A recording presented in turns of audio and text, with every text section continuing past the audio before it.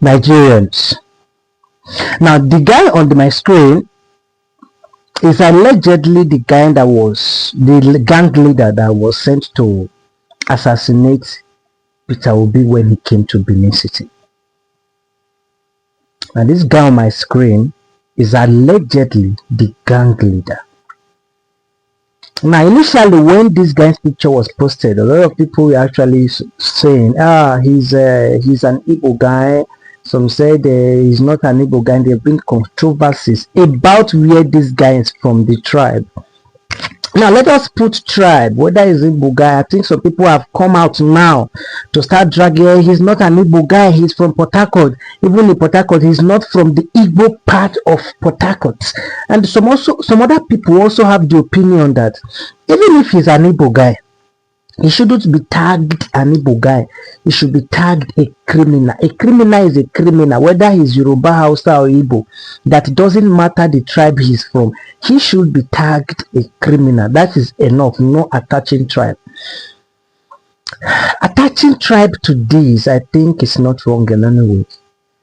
For those of you who are actually trying to, he's not an Igbo. He's not an Igbo. He's from Port Harcourt, but not the part of Igbo Port Harcourt. You are not okay. You are not normal. You are not okay. You are not normal. Now, for those of you who are saying, he's a criminal, he should be tagged a criminal, they should not attach Igbo to his name, you are not normal. And for those of you who come also to say, whether he's Igbo, it doesn't matter, they should not attach tribe, it doesn't matter, they should, you are not normal. It matters. Do you know why it matters? Now, think about it. Think about it. A Nigerian who is an Igbo guy was sent by an Edo person in Edo State to assassinate his fellow Igbo person who is campaigning for the presidency, to come and change the lives of the people, hopefully. Now, that same Igbo guy who is staying in Benin City was sent by a Benin person to assassinate his fellow Igbo person that visited Benin City. How does it even make any sense to you? Those of you who are saying it doesn't matter whether it's an Igbo, the tribe doesn't matter. It does matter. It does matter 100%, because it doesn't make sense to me. It doesn't make any sense. It doesn't make any sense. The enemy within, the enemy from your home, you cannot escape that kind of enemy. Just imagine, say a Nigerian will even have the mind in this kind of situation we are in Nigeria. We even have the mind being sent by another Nigerian to go and buy somebody who is hopefully the hope of Nigerians that is coming to change the situation of the people, hopefully. And you're saying it doesn't matter whether it's an Igbo person. Those of you who are trying to actually segregate or separate him from being the Igbo part of Port Harcourt, you need to go and study or think or learn again.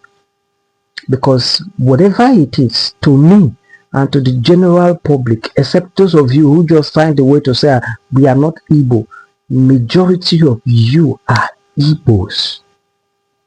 You have your reasons for denying being Igbos. I am not disputing that. I am not an Igbo person. I am an Edo person. But until now, I am still wondering why Peter Obi, of a person of Peter Obi caliber,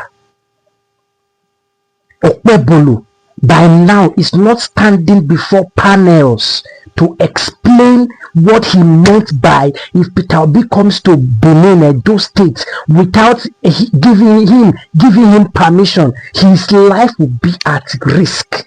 He said it on a national TV. He did not hide it. He said it on the public that if Peter Obi visits, where is our democracy?